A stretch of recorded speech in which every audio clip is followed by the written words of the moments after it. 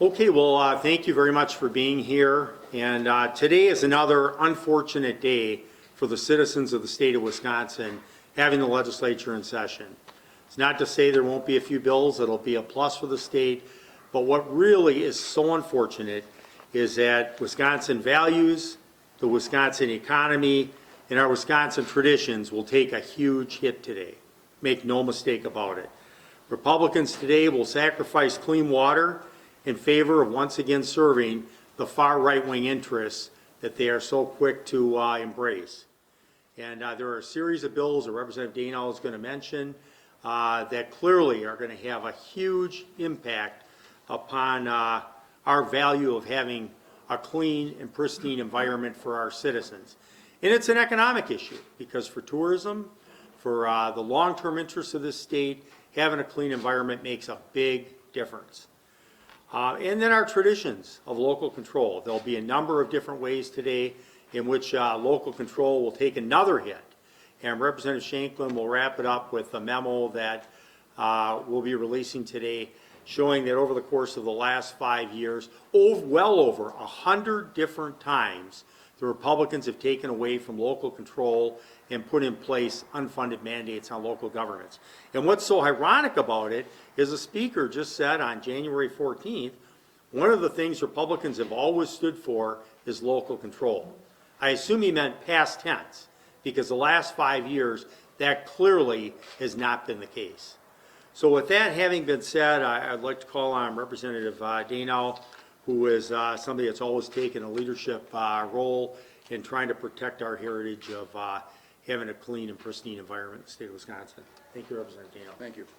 Yeah, I think, one of the bills I think that most folks are probably following is AB 600, which is really a major, not only after what happened in the budget with the attacks on shoreline regulation and zoning, but AB 600 makes things even worse. It will allow, quite frankly, nearshore habitats around the state to be devastated if it becomes law. If you look at the groups that lined up against it, it was virtually all the fishing groups, virtually all the hunting groups, Ducks Unlimited, groups like that, saying this is going to have a devastating effect on Wisconsin's lakes. And one of the things that obviously we're known for is we're a tourist state. We have a lot of interest. A lot of folks come up here from Illinois or over from Minnesota to fish, to hunt, to recreate, to use the outdoors. There's an important economic component, but additionally, Wisconsin as a state and our citizens have traditionally placed tremendous value on our natural resources at every level. This is the state that produced John Muir. This is the state that produced all of Leopold, Gaylord Nelson, and we're a state that right now is turning our back on that reputation.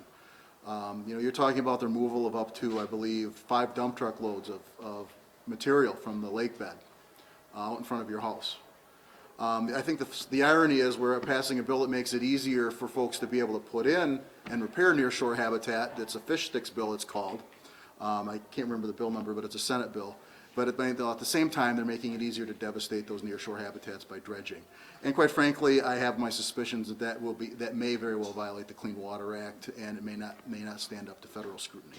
But I think the most frustrating thing I find about it is you'll see a lot of the Republicans on the other side of the aisle, what I call posing for holy pictures. They stand there with guns and with hunters, and they put on blaze orange or camo, and they claim to be for sportsmen's rights and for protecting sportsmen. Well, you're not a sportsman if you don't protect the habitat that produces fish and wildlife. And that means protecting nearshore habitats and lakes. That's where fish spawn. That's where ducks feed. That's where you have clean water. That's where you can make sure that you don't introduce exotics and non-native species into your habitat. And I think that's really the sad thing. Quite frankly, anybody who supports AB 600 and calls themselves a sportsman is not a sportsman. They are not. And to try and claim otherwise is patently false. Not a single sportsman or environmental group supports this bill that I'm aware of.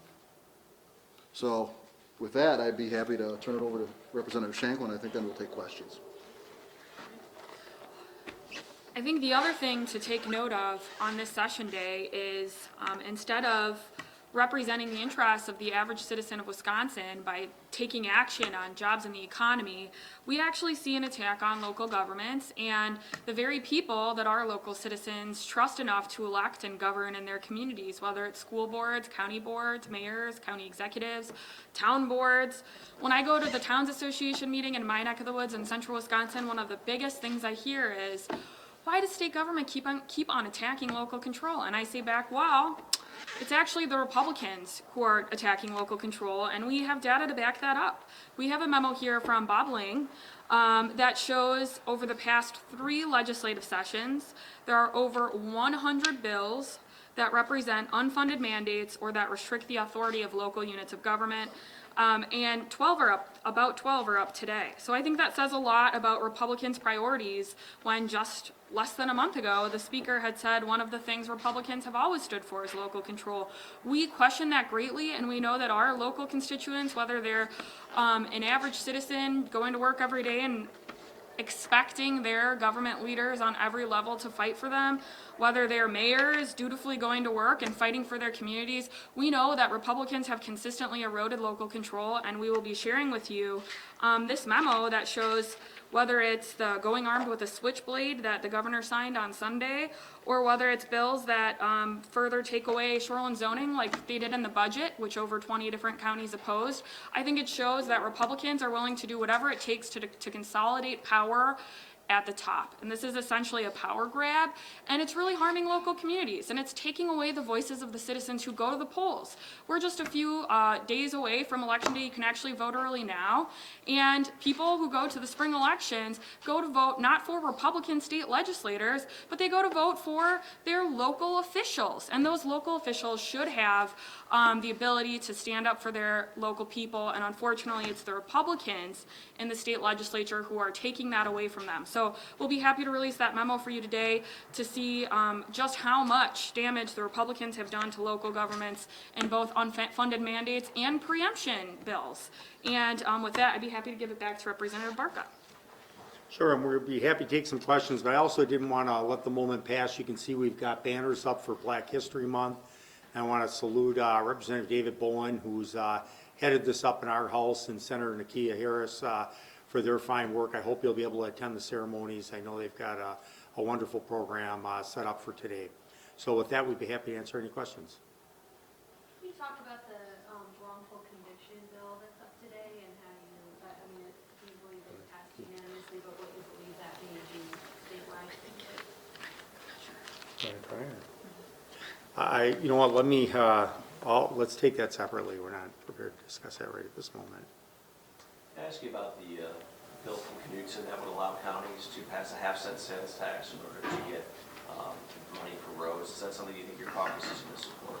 I think we have a little bit of a split in our caucus on that, and only for this reason. I think that many of us will in fact support that, but there are many that just feel as though the Republicans, I think we all feel one way, and that's that the Republicans have totally neglected their responsibility to have a strong infrastructure in this state. As the statistics show, we have the 3rd worst infrastructure in the entire nation, and they continue to not only put it on the credit card, but with the cutbacks they had in the final version of what the governor put forward, I mean, we've lost thousands of construction workers that are good, high-paid jobs, and it's part of the reason why our economy is suffering short-term. But long-term, we know that through not supporting infrastructure, that you're going to have major problems. So many of us will support it just on that basis, and we know it's just vital to our economy. But there are a number of people in our caucus that just feel like, look, they should be stepping up to the plate and coming up with ideas. You know, as you know, our Democratic finance members put forward in the Finance Committee indexing. Senator Call has put forward a bill that would increase the gas tax and do indexing, and as has Senator Urbanbach. And Democrats have been willing to step forward and try to make sure that we're supporting infrastructure in this state. If I could add something. Yeah, please. I serve on the Transportation Committee and heard that bill. What that bill is a symbolism is that bill symbolizes the failure of this Republican-led legislature to deal with the issue. They're pushing it off on local governments. They're going to make the local county governments take the hard hit of having to go for that sales tax increase, and then go to their voters and ask for the referendum. Instead of the legislature, this Republican-led legislature, doing its job. Now, I'm reluctantly supporting that bill because all my local governments have asked me to do so, and a lot of my local interests. We need, in the rural areas I represent, we need money put into our road and infrastructure system. But that bill, if you want to talk about a symbol of the failure of this legislature to do something good and to lead effectively, that is a perfect example. All it is passing the buck to local governments while at the same time taking away their ability to do other things. They don't want to make the hard call down here, so they're going to pass it off to local governments. In many senses, it's a shame. Now, again, my local governments want it. I'll support it simply because of that. But I think it's a classic example of the utter failure of this legislature, led by Republicans, to lead. Any other questions?